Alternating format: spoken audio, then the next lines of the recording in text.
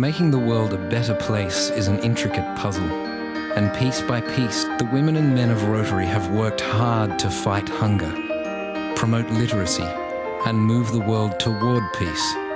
But there is still much to be done, still some missing pieces, and one of those missing pieces is you. Learn how you can help Rotary put together a better world at Rotary.org. Rotary, humanity in motion.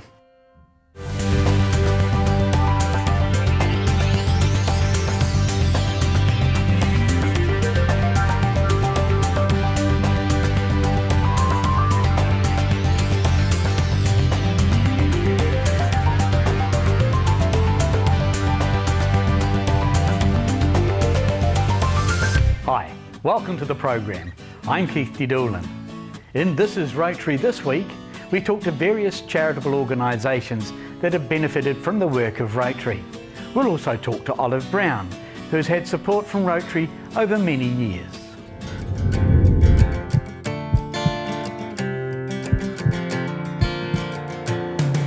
It's been in development since about 2004.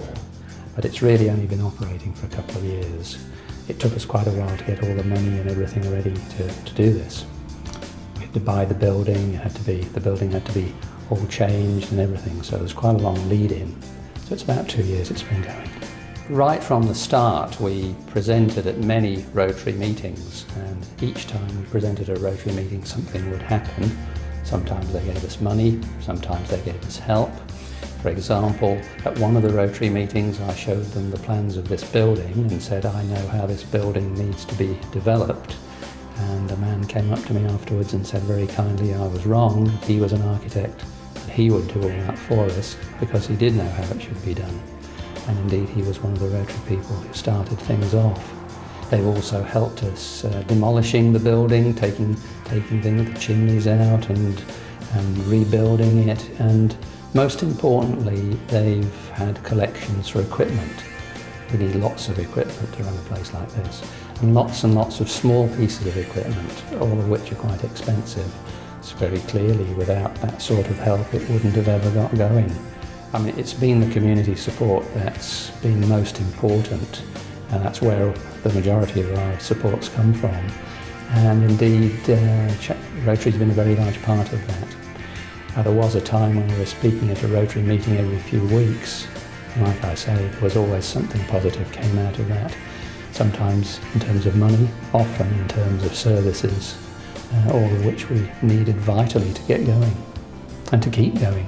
It's a strong community group that works, people working together as part of the structure of the community.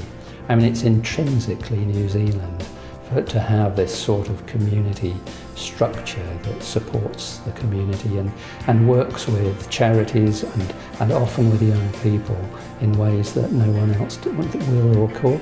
I think it's vital. We try to operate on 2 or 3 days a week, and these are day operations, so they have to be operations that you can have done and go home by 5 in the evening. We try to do up to 700 procedures a year. We haven't quite made 700, but we're getting close to that. And in the 2 years we've been running, we've seen about 1,000 people. Every operation has a standard set of sterilised equipment, and they're different for each different operation. And there are lots and lots of individual bits to that set of equipment. A large part of our operating equipment is donated by Rotary.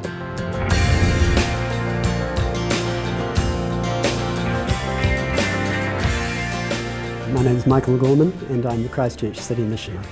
It's been going for about 130 years. At various times it's been more active than at other times.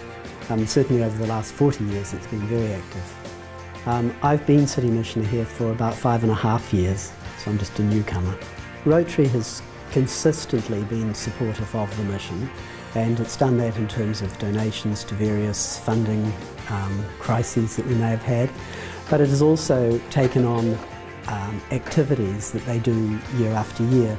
We have an activity called the Big Clean Out, and the Rotary Club organise big containers at different shopping malls And then we ask the people of Christchurch to bring their used clothing, old shoes, household equipment, linen, furniture, anything, to those big containers. And then the Rotary Club take them to us, the full of all these goods, and we use them, sell them in the shop or give them away to people in need. But the Rotary Club actually does more substantial stuff for us than that. Last year it made a very big donation to us for our new building because we're redeveloping. And they look after us in lots of ways. I mean, we find that different club members might do different things for us and support us. They're an organisation that looks for opportunities to serve, and they've been amazingly supportive of the Christchurch City Mission. I'm amazingly impressed, so impressed that I've joined Rotary myself. And we look for opportunities to serve. There's a very strong ethos of serving other people, of serving the community. And so we make grants to various charities, not just the City Mission, but other worthy charities. We also have activity days where we go and do practical work, perhaps cleaning up a park or a bush area. And they do various works in the community, sometimes an individual club by themselves and sometimes a cluster of clubs together to improve the lives of the people in the communities in which they live.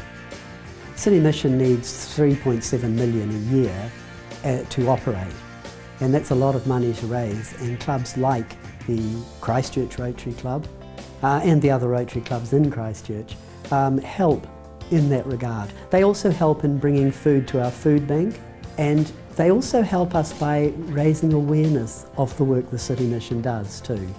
Personally, I've been incredibly lucky in my life. Things have gone pretty well for me. I was born into a family that loved me. I've had an education, despite myself sometimes. I've had really good opportunities, and a lot of that is luck. You know, I didn't do anything to deserve to be born into the family I was. I didn't do anything not to be born in some country that's starving in Africa. So luck has played an important part. I owe it to give something back.